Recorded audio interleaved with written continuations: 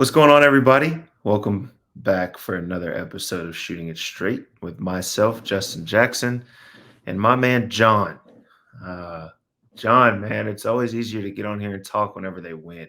Um, but unfortunately, coming off of a loss, North Carolina loses to Syracuse 86 to 79. But before we get into that, let me get a quick shout out to Johnny T-shirt for all your apparel needs for anything UNC. That's the spot to go to. And also Congruity HR, where Tar Heel fans can get a free payroll and HR needs assessment at any time. So go check them out. Shout out to them for sponsoring these videos. We really appreciate y'all. But John, man, 86 to 79, they go down to Syracuse in New York. Uh, kind of a homecoming for RJ.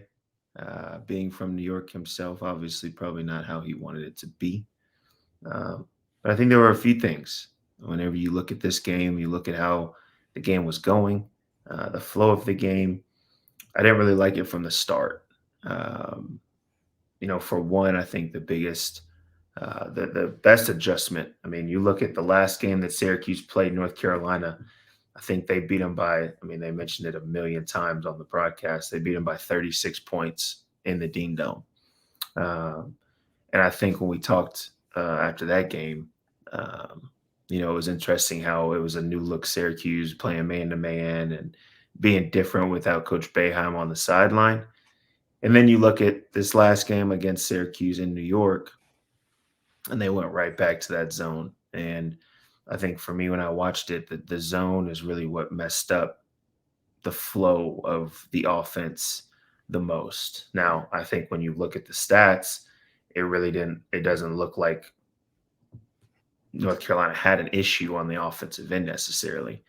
Um, but when you watch this team throughout this year, a lot of RJ's buckets are off pick and roll and kind of off the flow going against, their sets going against man-to-man defense. And the zone just looked like it had them thinking a little bit more. I think there's a few things when you watch this game. I'll always be somebody who, might have maybe some critiques and things like that, but have to praise certain people. Cormac shot the ball extremely well last night. I think he was the leading scorer in the first half and finished with 18 on 4 of 9 from 3. So, obviously he did something preparing for this game that kind of got him back into a rhythm.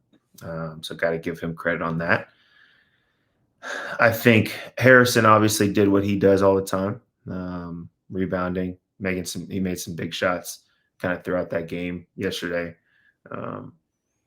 Mondo was, 14 and 10, not a terrible game. But against the zone, it's a little bit tougher for a big because you're not just getting post-up catches and, kind of the ability to go one-on-one or offensive rebounding should be a strength going against the zone. But he wasn't necessarily able to get going on the offensive glass as much as he usually does. RJ had, 19 and shot it decent. I wouldn't say it was as efficient as he's been all year, but shot it pretty well. But it really came down to the defensive side of things, which we've said, we've praised them pretty much, the majority of the season. We haven't really known what we're going to get from game to game offensively with this team, but defensively, we've talked about how good they've been defensively. And you look at that game, this last game, and they shot 62.5% from the field, 47% from 3, and 72 from the free throw line, shooting 25 free throws. It's not necessarily a recipe for a victory. And, I think a lot of it goes off of those two guards that they had, Mintz and Starling. I mean, they were kind of getting whatever they want.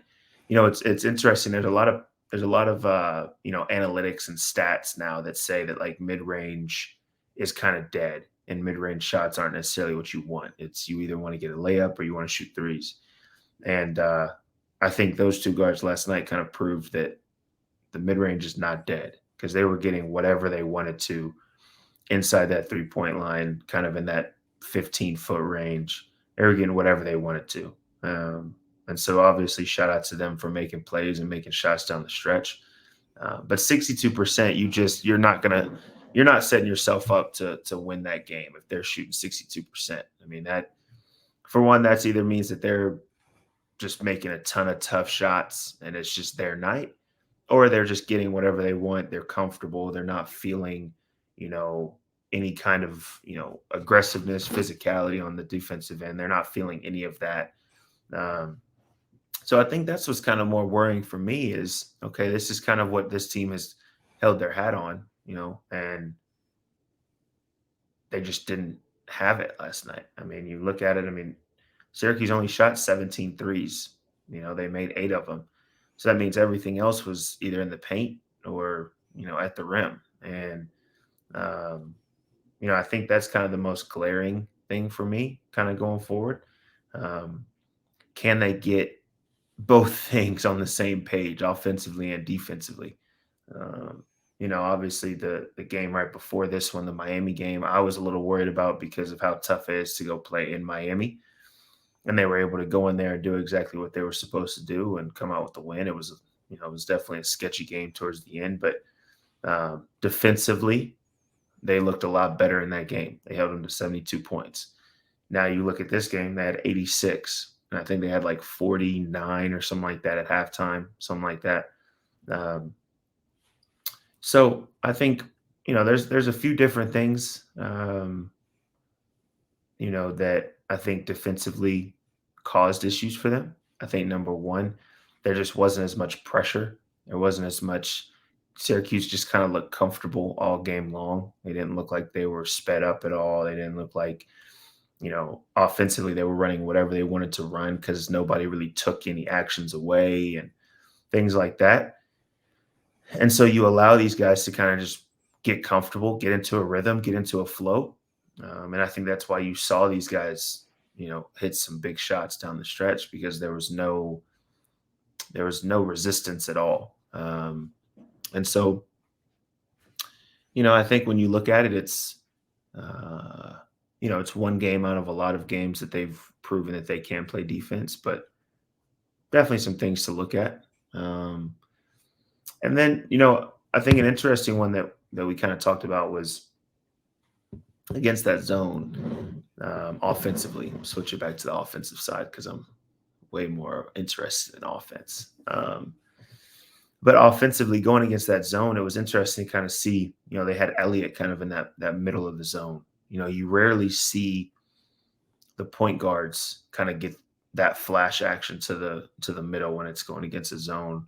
But I think they had some success with that. I think offensively that helped them a lot just from the standpoint of when you get the ball into the middle, you want to have a playmaker there to be able to make plays either for themselves or be able to kick out or drop off to the bigs down low. And I think you saw it a couple times with RJ. He got the ball in the middle, or with Elliott, he got the ball in the middle and was able to have some kickouts. They had a couple really well drawn up plays against the zone that I had never really seen those certain actions. I was actually sitting there with my brother last night, and we were watching it, and they drew up one play out of a timeout for the zone to go against the zone, and RJ got a wide open look in the corner.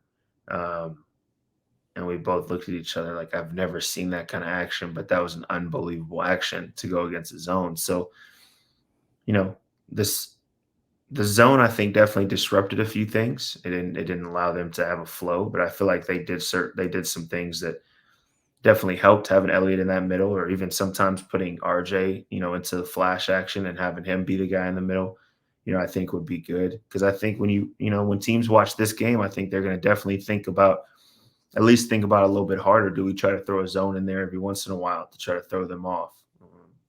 Because RJ's shown that he can any kind of man-to-man defense, whether you're trapping him, whether you're, just trying to get the ball out of his hands, he has success against. So, I think going against the zone was a good thing for North Carolina at the same time because now they played against them. Now they got film. They can go back and look. They can work against the zone.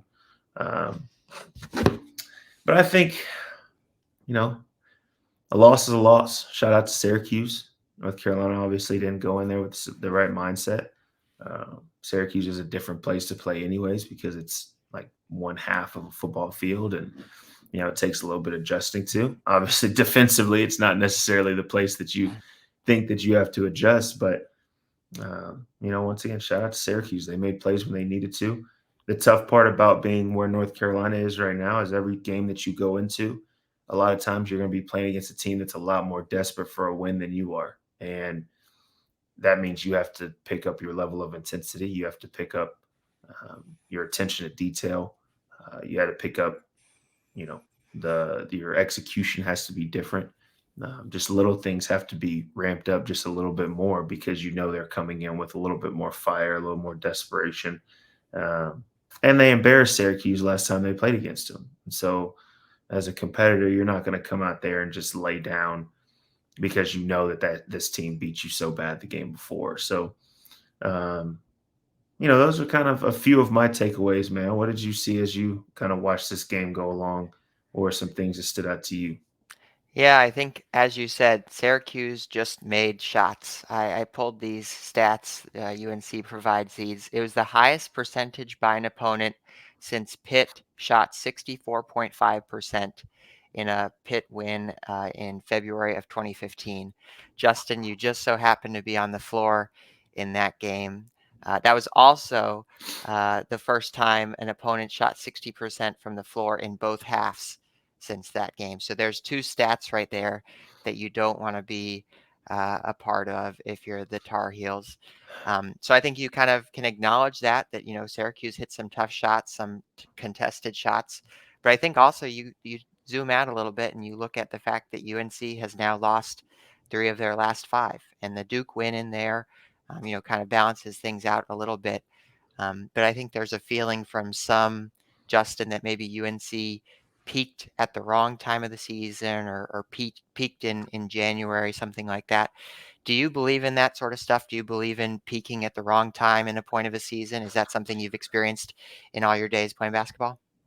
I don't know if there's really such a thing as peaking at the wrong time. I think we've talked about all season with this team, I think it's a brand new team, right? Even though they're 25 games in now, it's 6 brand new players on this roster, right? And you can't this at the end of the day, this isn't just pickup where you say, okay, I got you, I got you, I got you. Let's go out here and play 5-on-5. This is a situation where these guys have to be able to gel, figure out how they can play together, figure out what their strengths are, figure out what the team dynamics looks like as far as minutes, shots, where certain people get the ball, things like that. And so, even though it's 25 games in, I think they've shown that they play pretty well together. And but at the same time, there's still certain things they haven't necessarily gone through all of the adverse situations that you would go through in a 2 or 3 year span with a certain team. And so when you look at this roster, it's a lot of guys who haven't necessarily been in the situation of being the number 7 ranked team, or a few games ago being the number 3 team, right? And so that it's a different experience than being on a team who maybe isn't necessarily supposed to lose, but isn't supposed to be the best team going into every single game they play. And so I think that's kind of the tough dynamic of this team is they're all trying to figure out how to win and how to continue to win and be consistent in winning. And they've shown spurts throughout the season. Obviously they were undefeated. I think they were 9-0 in conference play before they kind of started losing some of these games, and they show that they can win. But now it's okay, it's an 18-game conference season. How do you continue to win? How do you continue to rattle off wins as the season goes on? And like we talk about, and as these teams are a little more desperate because they're trying to make either the NCAA tournament, or they're trying to get a higher seed in the ACC tournament. How do you continue to rattle these wins off, uh, each and every game out? And I think that's a dynamic that people don't necessarily, they totally miss. They think that players just kind of come into a situation, they just win games by winning games because they're either better than the other team or they make more shots or things like that. But there's a mindset to winning. And with some of these, with the majority of these guys, Withers came from Louisville, who I don't know if did they win an ACC game last year. If I it don't know. was, it was in single digits for sure. Yeah, I don't know how much they won in ACC. Cormac's coming from Notre Dame. Harrison's coming from Stanford. Elliott's coming from high school, so he's definitely trying to figure out how to win at this level. Uh, you know, a bunch of these guys just haven't been in this situation, and so if we expect them to be able to just to step in and just say, okay, this is what we're doing. We're going to win 18 straight ACC games, go into the ACC tournament, win the ACC tournament, we can't expect that from guys who have never been in this situation. With that being said, they also have a lot of experience on this team. They also have a lot of older guys. Cormac's 25. They talked about on the TV during the game. Harrison's older. Elliott's obviously younger, but everybody else is upperclassmen. And so there comes a different type of mentality that those guys have to bring to help Elliott, to help each other as they go into these games. And so it's definitely a balance. It's funny that you mentioned the stat with us against Pittsburgh, man, because if that's it's so funny because we were never in that game against Pittsburgh because that was my freshman year. And I think we talked about it whenever they played Pittsburgh of how loud it was from the jump, how it felt like we couldn't do any right. Like they dominated us basically from start to finish. When you watch this game, North Carolina was in the game the entire time, right? Like they were. I mean, I think they came back and took a lead with like 5 or 6 minutes left. I want to say, or something like that, something around there.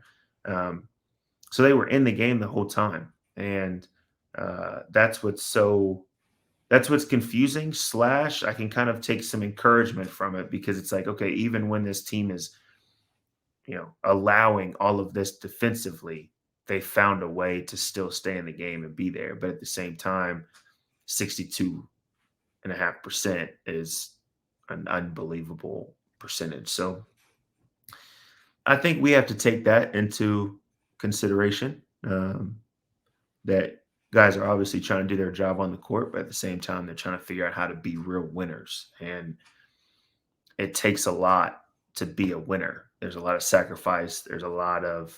Um, there's a certain mentality of being locked in, game out.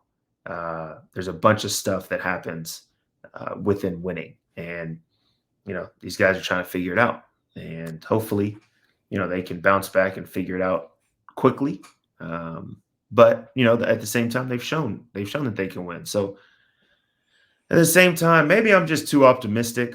Obviously, I hate losing. That's not ever okay with me necessarily with losing. Um, but they're still 11-3 in conference. I mean, they've got what 4 more games, 5 more games, something like that. If they win out, they finish 16-3 in conference or 15-3 in conference, and that's an unbelievable record to have in the ACC. So once again, maybe I'm just too optimistic. I'm sure fans are probably sitting over here, freaking out, thinking certain guys should be playing more. Now, I think there is a guy that showed that maybe he could have had a little bit more playing time last night uh, in Jalen Washington with the way that he came out and played right away. But I'm still optimistic that this team is okay. If they can just get both sides of the ball connected, I think they'll be okay, man. I'm glad you brought up Jalen Washington because I think in addition to learning how to win, I think this team is also still figuring out a little bit what people's roles are on the bench. This is Hubert Davis's third season now as UNC's head coach. And it's just a fact at this point, he does not heavily utilize the bench. It just, at a certain point, it is what it is. Last year, they were 360th in bench minutes in the country. The year before that, they were 348th. At the beginning of the season, they were in the 200s, but they're back down now to 331st in the country in bench minutes from Ken Palm. That stat is, and I think there were times last night in the game, and we're recording this on Wednesday. So in Tuesday's game, when UNC could have used some of the guys that they have on their bench, because I think some players have a little bit of a role, but maybe they're not getting the opportunity to showcase. And I think one specific example is Jalen Withers. We know that he is a great off-ball cutter. He's not great at everything. You don't want him bringing the ball up the court or shooting above the break threes, maybe, but we know that he is a good off-the-ball cutter. That's something that we've seen over the course of the season. And when you look at the box score from last night's game, I mean, in the limited minutes that he had, he played pretty well. He had 4 points, 2 of 2 from the field, grabbed a defensive rebound. So I mean, you have to say that's a positive impact if you're not missing a shot. But he did not play very much in the second half. In fact, he might not have played at all. He played 7 minutes total. Jalen Washington is another example. He also was perfect from the field. He made a 3-pointer, which is good to see for him. He had 5 points. So I think you have to keep in mind that it's just a fact. Hubert maybe doesn't necessarily lean on his bench all that much. But even with that being said, I think there's opportunities for guys like Jalen Withers or Jalen Washington or Tremble, maybe even Paxton Wojcik or Zayden High at times to come in and provide energy. And I think being this late in the ACC season and not having some of those things figured out, or maybe even it's a trust thing, maybe not trusting Jalen Withers to play big minutes in the second half of a conference game. That's sort of its own problem. But ACC is a grind. It's a grind throughout the entire year. Maybe some guys' legs were getting tired there late in the second half, and that perhaps contributed some of the turnovers. So that's something that was coming to mind to me as well. Like, how do you figure out ways to put guys in positions to make a positive impact when they do play? It's tough because I would love, and I don't know if you can figure it out quickly, but I would love to know what Coach Williams' usage of the bench was. Because, I mean, if you just look across on the other side of the floor, Syracuse played two guys off the bench.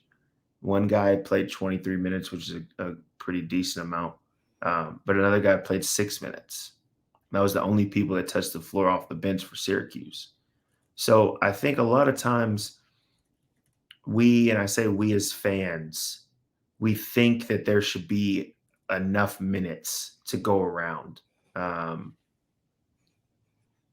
I think when you look at the guys that are coming off the bench for this team, I'll go back to the year. Do you have the 2017 numbers? Yes. I'll go So back. Go ahead. Yeah, so for 2017, just to kind of set up the segment here, bench minutes, UNC played 36.6% of their minutes were benched. That ranked 69th in the country. And some of those guys, Justin? Yeah, I mean, I think that's the biggest difference is you look at our bench, right? You had Nate coming off the bench, who was he had proven, for a few years that he was a key contributor for the team. You had Theo coming off the bench for a little bit, but he then became a starter once Kenny got hurt. You had Tony coming off the bench, he led the country in offensive rebounding percentage for the longest time. I don't know how he finished up the season, but he was one of the best bigs in the entire country coming off the bench for us. And then I guess that's kind of it. I guess that's kind Seventh. of it. Seventh would come in sometimes. Coach would play him sometimes. Coach would not play him sometimes. So I mean, you look at kind of 36% of our minutes were from the bench. Well, you had guys who had proven multiple years before that they were key contributors for the team. Jalen Washington, whether it's in practice, whether it's workouts or whatever that the coaches have seen on a day-to-day basis that we don't get to see, obviously hasn't necessarily proven that he should get those kind of minutes. Jalen Withers hasn't necessarily proven, like we talk about, he was on a losing team before he came here.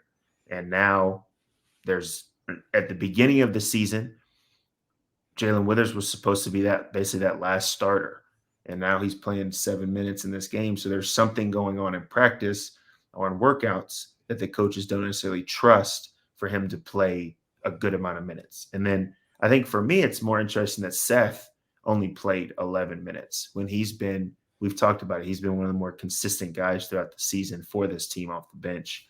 But it's just tough because for me, it's hard to make a analysis over the bench because I haven't seen them do things in years past to prove, okay, this guy should definitely be playing, right? Like we're going off of basically game to game with these guys. Like, okay, well, Jalen Washington went 2 for 2. He shot that first three, didn't even touch rim.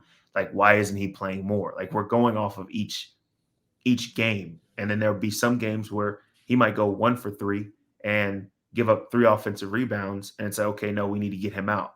So it's a different feeling when it comes to the bench rotation for me, as opposed to how it was with the years that I was there at school.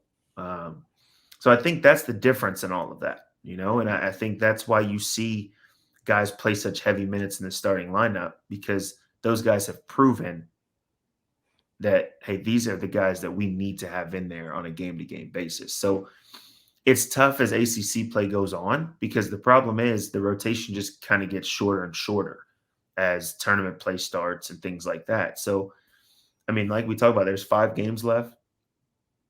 Maybe these guys, whether it's in practice or in the games going forward, maybe they can kind of carve out more minutes for themselves by proving that, hey, I can be a key contributor for this team and to help this team win. But that's the hardest thing, is we can sit here and say, like, oh, well, I can't remember what the game was, but Jalen Washington had 18 points and 8 boards, and Jalen Withers went perfect that one game. I think it was maybe against Louisville, playing against his old team.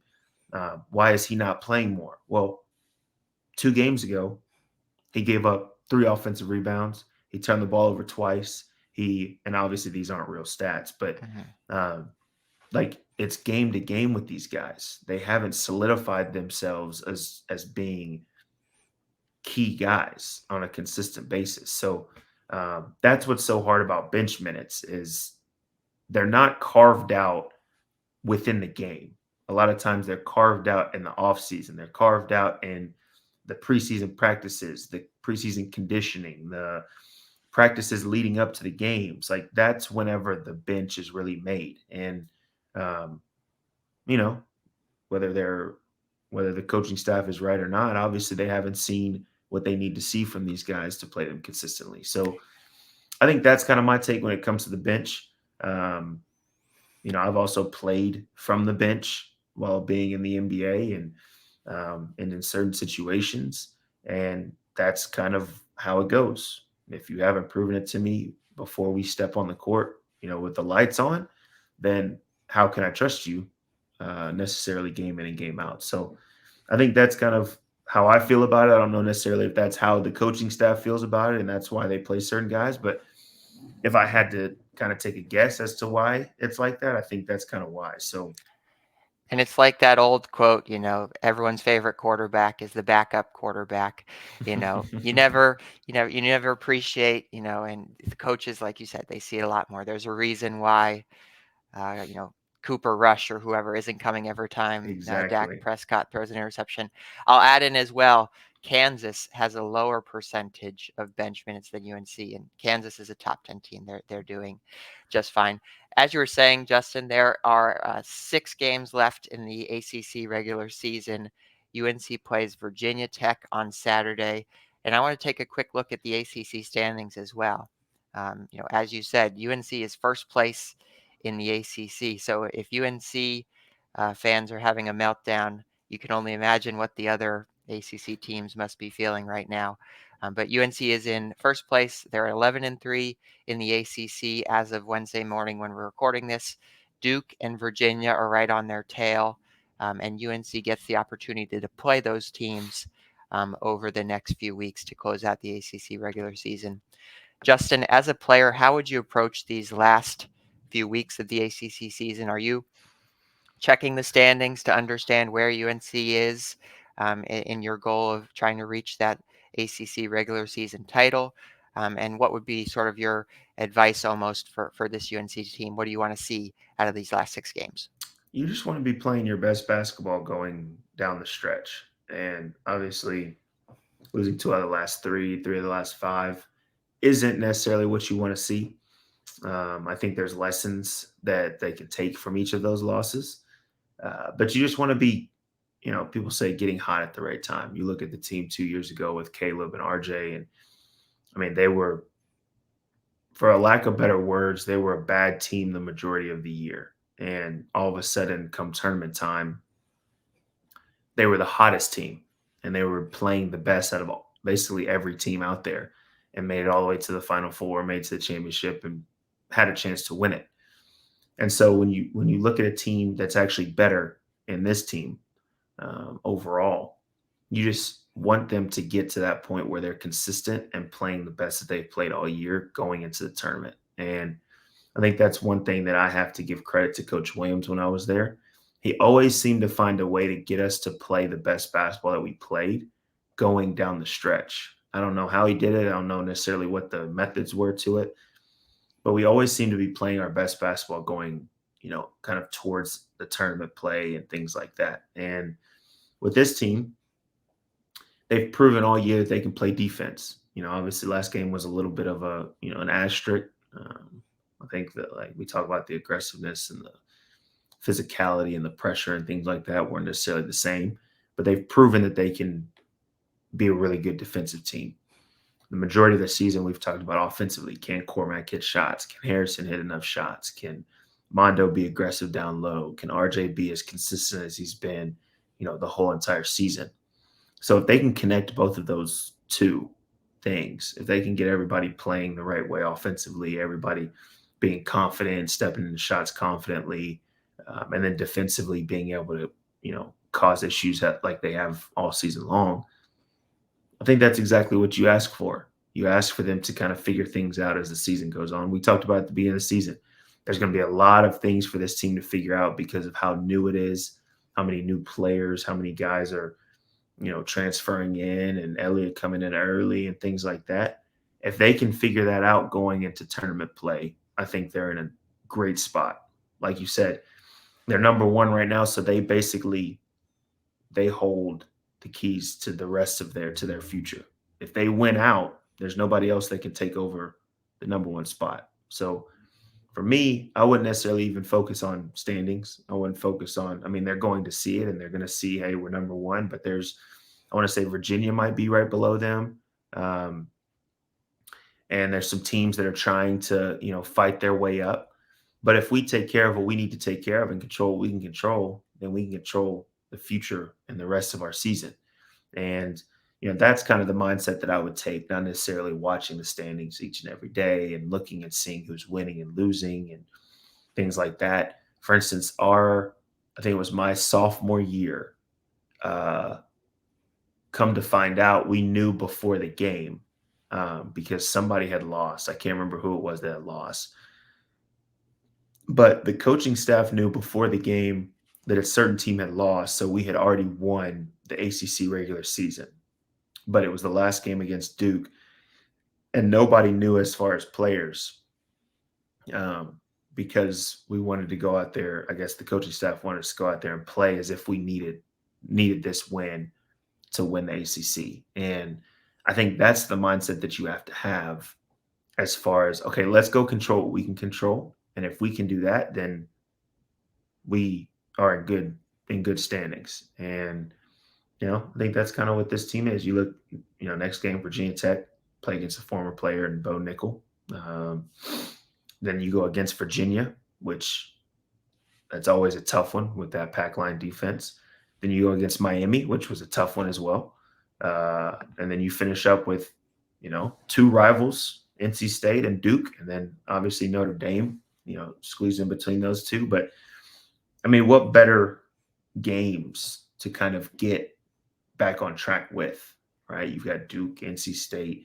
You've got a Virginia game that's going to be tough. Miami obviously played them tough. So what better games to figure it all out, than, those tougher games. And I would rather them be playing games like this down the stretch than playing against like a Boston College or, teams that are at the very, very bottom of the ACC, because now we come off a loss. Now we got to figure out how to bounce back against a good team, which is exactly what you have to do in the tournament play.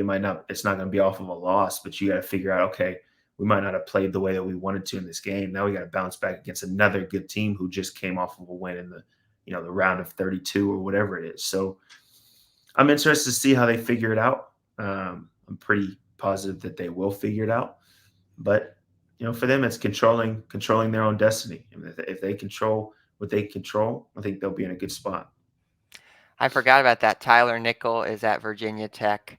He's Yep. shooting Tyler, 40. sorry, not Bo. I'm thinking UFC. My bad, Tyler. Tyler Nickel.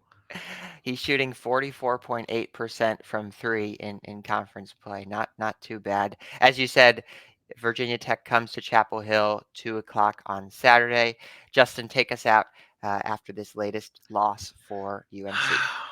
My takeaways, man, defensively, I think there wasn't necessarily the same pressure and aggressiveness that they've shown game in and game out. And I think you saw that in the percentages and how those two guards, Mintz and Starling, played. I think they both had 25 or something like that. And, it's going to be really hard to win a game, even though they were in it. It's going to be really hard to win a game when a team shoots 60 and 45% from the field and from 3-point line and shoots 25 free throws. That's going to be really, really difficult to win. And, if they get back to kind of how they've been playing defense, I think they'll be fine. But an encouraging sign was offensively. Guys were really making some shots. I think they could have taken care of the ball a little bit down the stretch. They had some key turnovers. But if they can get both things connected, if they can get offense to be flowing the way that they kind of had it flowing a little bit last night, if they can get defensively back to switching, causing havoc, putting pressure on the guys with the ball and things like that, I think this team has everything it takes. I'm gonna continue to say that until they prove me otherwise. One loss, a couple losses isn't gonna all of a sudden make me run and hide from this team. So going down the stretch, if they control what they can control, win the ACC, go into the ACC tournament with that momentum, and then take it into the NCAA tournament, I think this team will be fine. So all those people tweaking out right now and freaking out, oh, Jalen Washington, Jalen Withers, they need to play 35. We need to no. Let's sit back, let's relax, let's watch as they finish these last 6 games. And if they can connect things the way they need to connect things, and I think everything will be okay. So that's kind of my thoughts going out to everybody watching and listening. We appreciate you as always. I hope that y'all, I guess we're recording, unfortunately, on Valentine's Day. So I hope everybody had a great Valentine's Day and was able to spend some good times with your loved ones, family and friends, and things like that. We always appreciate the support. And until next time, hopefully UNC's in the win column next time we come around. But we appreciate y'all. And until next time.